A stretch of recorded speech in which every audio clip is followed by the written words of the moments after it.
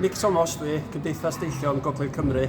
Da ni newydd gael sesiwn yma yn canolfan dringo Beacon yn Caernarfon i plant a phobl ifanc sydd efo nam golwg cael dŵad a gwneud sesiwn dringo yma yn y canolfan. Nes i drefnu'r sesiwn yma gyda'r bwriad o cael plant a phobl ifanc sydd yn byw eu bywyd efo nam golwg i gael cyfarfod plant a phobl ifanc eraill sydd yn mynd drwy'r un peth. Ond ar ben hynna hefyd oedd rhieni y plant a phobl ifanc yn cael cyfle i ddod at ei gilydd a rhannu profiadau a cael sgwrs amdan pethau sy'n mynd ymlaen. Dwi'n meddwl bod yr diwrnod wedi bod yn llwyddiant mawr. Dwi wedi rili mwynhau gweld yr plant a'r pobl ifanc yn mwynhau eu hunan, yn pwysio eu hunan ac yn cymeryd her i mynd i fyny rhai o'r waliau yma sydd yma yn y Beacon. Da ni yn gobeithio gwneud mwy o sesiynau tebyg i hwn yn y dyfodol a cael mwy o blant a bobl a'i teuluoedd at ei gilydd eto.